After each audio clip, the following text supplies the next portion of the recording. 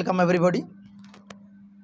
दोस्तों, हमें आवासीय भवन या व्यावसायिक बिल्डिंग बनाने के लिए भूमि की आवश्यकता होती है। हमें इन सब के लिए कहाँ भूमि नहीं लेनी चाहिए, आज इस पर बात करेंगे।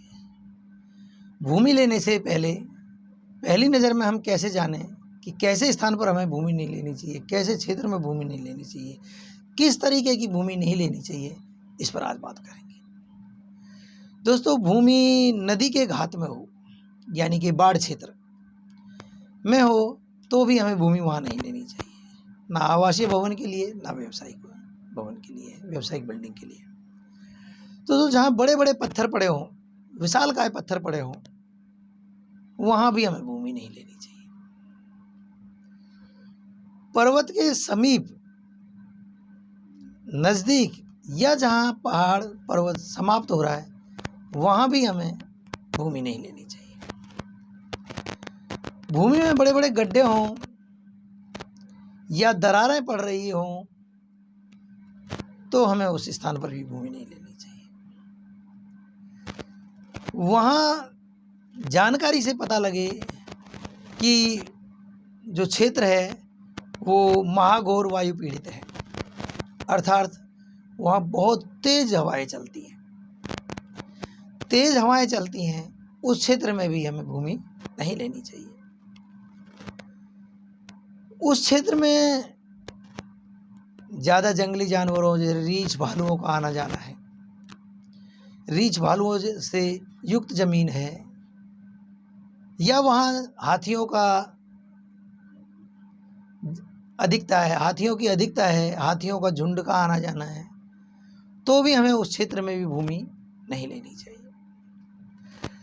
दोस्तों, जहाँ बाम्बी युक्त जगह हो, यानी कि जहाँ सर्पों के घर को बाम्बी कहेंगे, ऐसी ज़मीन है, तो भी हमें उस ज़मीन पर, उस जगह पर ज़मीन नहीं लेनी चाहिए।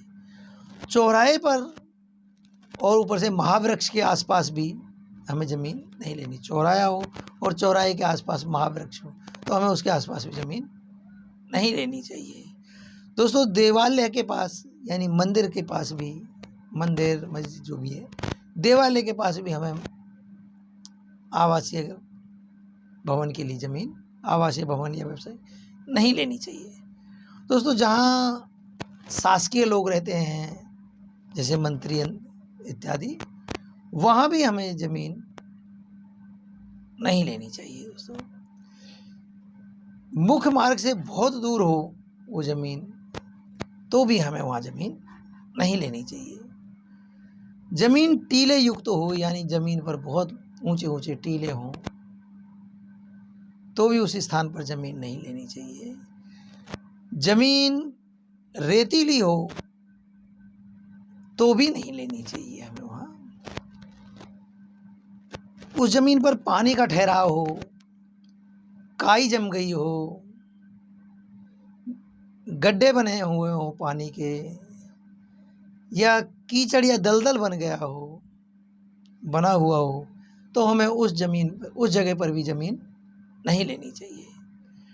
दोस्तों, जहाँ ऐसा लगे या पता करने पर पता चले कि वहाँ लोग इससे पहले पापियों का जमवाड़ रहा हो, या पापी लोगों के बच्चे रहते हों, परिवार रहता हो, उस ज़मीन पर भी, उस जगह पर भी, उस भूमि पर भी हमें ज़मीन या अपना प्लाट, भूखंड नहीं लेना चाहिए।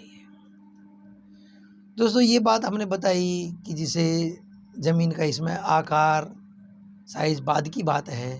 पहले हमें पहली नज़र में देखकर हमें अनुमान लगाना चाहिए कि कैसी ज़मीन पर, कैसे स्थान पर, कैसे क्षेत्र में हमें ज़मीन नहीं लेनी चाहिए।